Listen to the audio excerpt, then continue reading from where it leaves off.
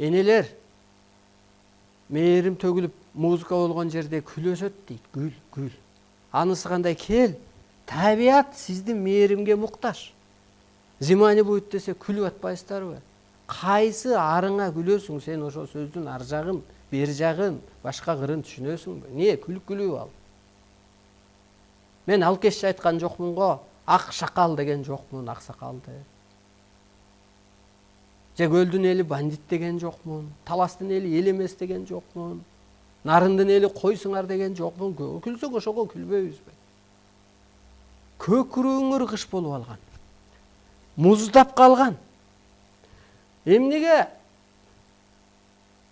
Айкөл Манастын берип аткан жай сан болуп атат. Көкүрөгүңүздөрдө жай болуш керек, жай.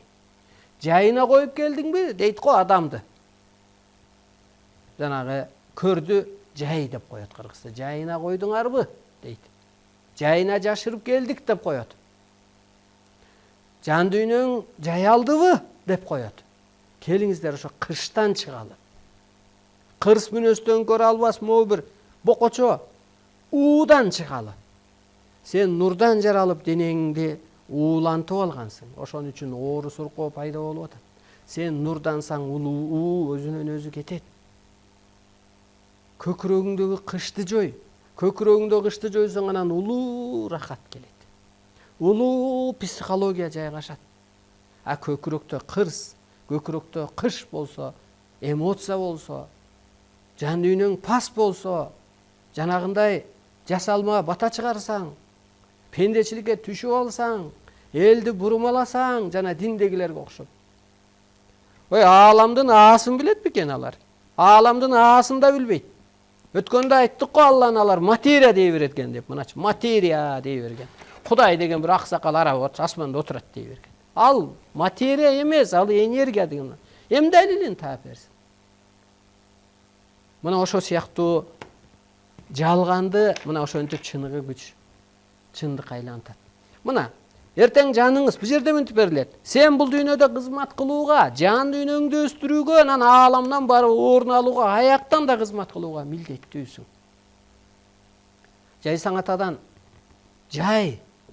Мына цифра сан менен белгилеп келип анан Бүмәрем апа жазып атпайбы? Жанагы Алымбек Момбеков деген инопланетан көрдүм деген киши сан менен бирдемелерди чиймелеп атпайбы? Сан, так, эсеп, чот. Жашыңыз канчада дейт да. Ал ошо улуулукка жетип калдыбы деген сөз. Санда болуп атпайбы кептин баары, жайда болуп атпайбы? А сиз кимсиз? Кана мээрим өтпөй атпайбы? Көкүрөгүңүздө жай болбосо анан мээрим кайдан өтөт? Көкүрөгүңдө кыш болсо анан үй бүлөң куурап атат. Өзүң куурап атасың. Жайда бир толук болот го. Жай өзү күн го, күндүн узарган күнү. Кана бир көкүрөгүңдө бир мээрим болсунчу, жай болсунчу. От болсунчу. Сиздин көкүрөгүңүздө мээрим болсо, өлүм сиз менен түбөлүк коштошот, ордун жоёт дейт. Өлүмдө эмне алып келди? Кыш, кырс мүнөз алып келди. Жылуулук жок, үмүт жок, мээрим жок, жакшы сөз жок, жакшы ой жок. Аалам эмнени жакшы көрөт экен? Честность, преданность. Сиз дагы чын айтсаңыз, адам кубанып калат. Жан дүйнөсү жылып калат. Ишенип калат. Көкүрөгүндө муз кетип калат. Чындык болсо, чын эле жатсаң жаттым де. Мына, мени Теңир ата кийип алган. Материямын да, аккуу деле үйүнө барып атпайбы?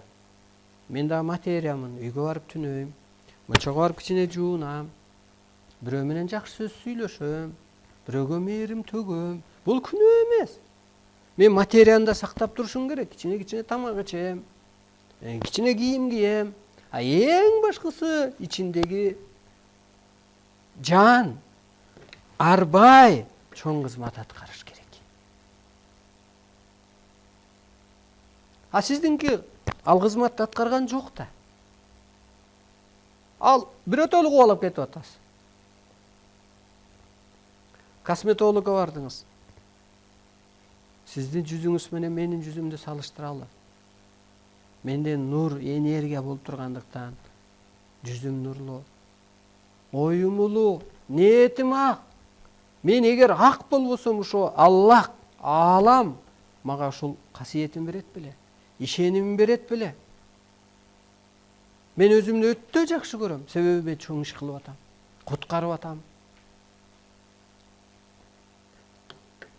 Мына урматтуу журтум, келиңиздер, ошол ааламдан буйрулуп келген өкүл катары полный полномочияларды аткарыңыздар.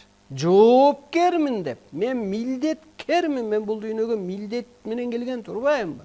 Мен ошону аткарып атамбы? Аткарып ааламдан орун алып, ошо Жайсаң атадай, Адам атадай, Манас атадай, жана ата жолундагыдай кайра кызмат кылууга милдеттүүсүң сенин жаның. Акча чогултканы же карарганы келсең бул жерде, же арак ичип, же жанагынтип бир эски динге кирип алсаң, сенин жаның ит, бит, бадал, бак болуп гана калат. Ошондуктан аалам астында ааламга ишенбегендер, могу ааламдык билдирүүгө, илимге ишенбегендер, Арстан Алайдын мыйзамына ишенбегендер, сын койгондор, ал Кудайга против чыккандар деп берилет ааламда.